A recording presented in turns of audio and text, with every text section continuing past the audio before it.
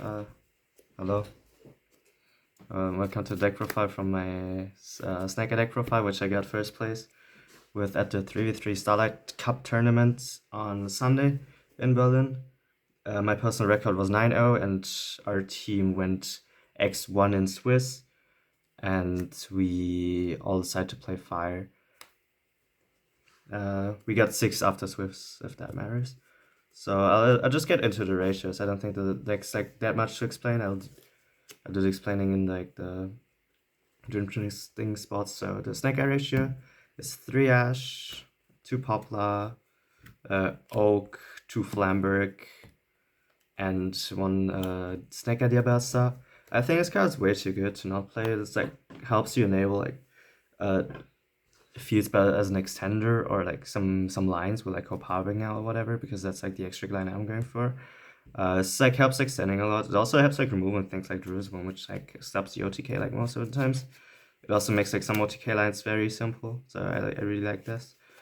Then for the honorary Snake Eye monsters, like Triple Bonfire, 1-for-1, and then original. Nothing to say here. I like original a lot because I'm on the hand traps. It's like a not original, 1-for-1. It's like a more consistent. It's cool. Then yeah, the last Snake Eye card is Temple. It's very good to play. And then for additional starters, I'm playing Triple DS, Diabella, Triple Wanted. Nothing to explain here. It's like semi. And then for the non-engine, the quote unquote spicy part, it's like I'll start with these. Triple Cross. Whoops.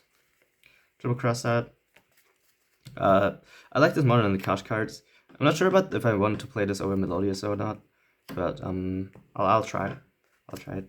But for this tournament, I chose to play Cross-Eye. I think it's like the most solid one, especially in the mirror match. It's like pretty strong. Plus, it like takes out the hand trap that's stopping you. Like most of the times, Nip is like Nip plus like 1 or 2 hand traps paired. It's like most of the times game. Plus, as an additional target to Cross-Eye.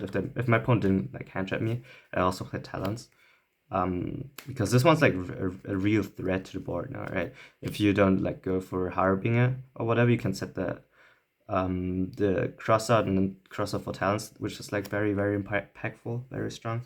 I really like that one. So I like these more than the other like anti-hand trap cards for that tournament specifically. Then for the other hand traps, like 1 Nip for cross out, triple Vela, triple Ash, triple Ogre, triple Imperm. Imperm, Ash, Vela, I don't think need explaining. These are like the most generic ones this format.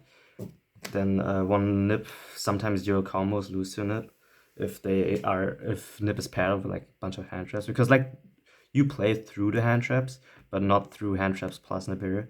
So you either like cross like you have like 2 decisions, right? Like you either like let the hand trap go and like cross out the Nibiru if you can like extend further, or you hand trap you cross out the hand trap and then you basically play the combo quote unquote nip proof like the Flamberg in the splat trap zone, but then your end ball like gets a bit worse. So like it depends on like what your hand is really. And then like something that I really liked about the is like the next like best hand trap is like not Mourner but it goes so good instead, because it like has like functionality against like purely, for example, where Mourner really does not do anything if they opened the feed spell. Or you can use this against Flu, you can use this against a Tenpai field spell. This has a lot of uses, especially like in the mirror match. Is as a like 1 attraction doesn't do anything anyway, right? Because you have to like open multiple combinations of hand traps anyway.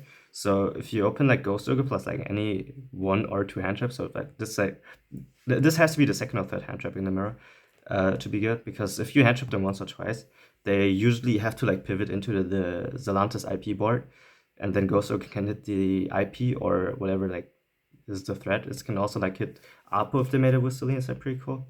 But as a standalone hand trap is terrible in the mirror, but you have to open multiple anyway, so it's like whatever. Then for the last like non-engine, it's Droplet. This card's broken. Like it's way too good to not play. This card just solos the Fire Mirror by itself. It like helps clear like weird decks. It like deals with whatever like is popular right now. Like the Melodious lock, like most like struggle with that, and Droplet like fixes that issue like entirely. So this card was broken. Definitely one of the MVPs of the tournament. So going for into the extra deck, there's nothing really like special about it. It's like Anima, the Charmers, SP, IP, Phoenix. This extra is not sorted, but whatever. It's like these are all standard. Like they've been standard all this time. Like obviously this was Link review before, but nothing changed really. Then for the Link 3's Princess Celine, nothing to explain there. Link 4's Access Code, Zolantis, Raging Phoenix, Apo. These three are like not. I don't need to explain those. Access Code, I think, is like one of the like less standard ones.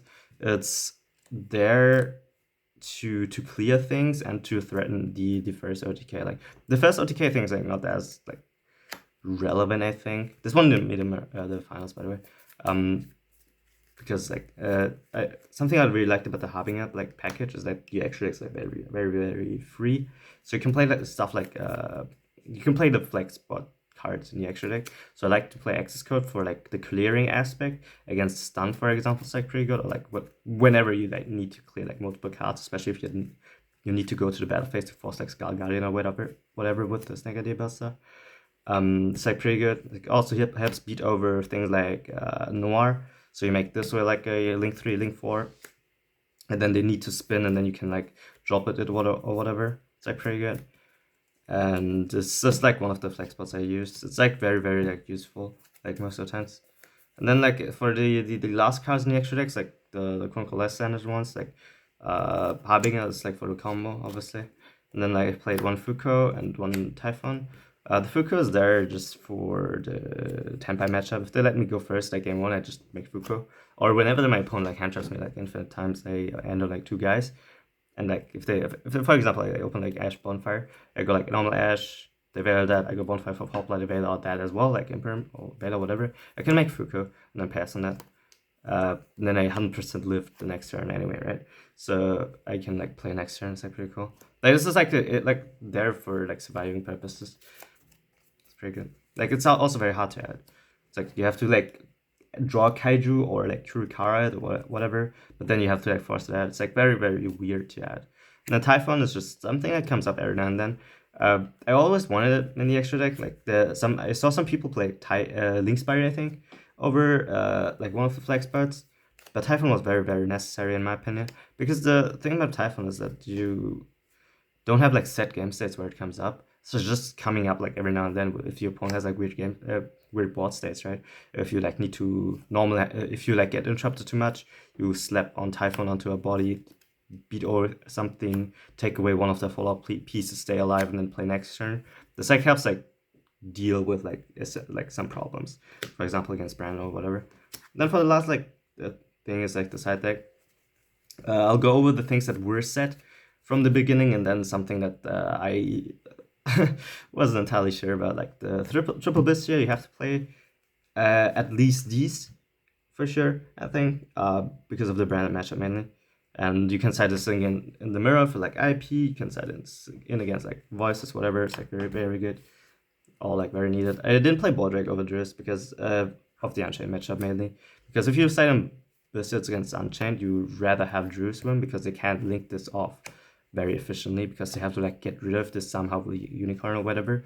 Otherwise, this just trades with another card of theirs. So very good. Not obviously broken. Then for other cards that were 100% set, it was like Triple Cosmic. This was there for stun and other like weird decks, flu, whatever. This was like very good. It's also like sideable against Tenpai, which I did not face a lot during that tournament. But in theory, this like helps, because you like side in for like going first, even though you're going second, right? You like side in cards for going first because you have to stop their plays anyway. And if they heat wave you just have to like set cards to like deal with their things. And like in a similar like sense, I played triple Book of Eclipse. This helped against Melodious, against Voiceless. This threatens like a lot of things. This is very good. Like it's like fine versus tempo. You can set it for going first and then try and book the things. It's not entirely real, but if you like have a way to deal with the feed spell, it's like pretty good. But the thing is, if they like lightning storm your back row, then activate field spell and then go black rows, like you are not gonna do anything against it anyway.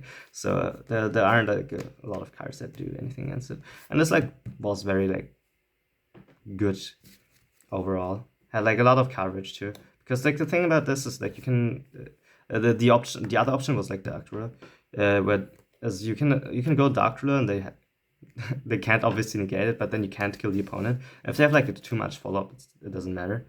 And this just did basically the same thing, like force a negate, and you can kill the opponent. Then for last spot that was 100% set is like this is not 100% set, but this for sure is. Skill drain is cast broken. Like you set us in versus anything really, other than decks that play under it better than you do. For example, Labyrinth, I don't like citing that in against. It's like something I played in the final, so you don't cite that in against that, obviously. But you cite this in against Voiceless, Tenpai, Mirror, Flu, Purely, whatever, anything basically for going first, because whenever you get hand trapped and you can't play further, you just set skill drain activated, and then it's impossible for them to kill you because they're not gonna side and back removal against you. There's no way, because if you resolve the full combo, the back removal is not doing anything anyway, right? Because because you have like infinite monster interruptions, and this just like gets people off guard. Just very good in general. This card also like performed very well. I subtitled and going second in Flu too, so pretty strong. The alternative to this is Deberia and Simul Archfiend, but this just covered more matchups, which I like more because you can like turn it off with the second cards too, whenever you need it. And then for like the slots that aren't like 100% set, it's like 2 Lightning Storm, 1 Golden Lore. The Lightning Storms were originally Ghost Spells, I think, but I wanted like more for like weird decks that I like play at these.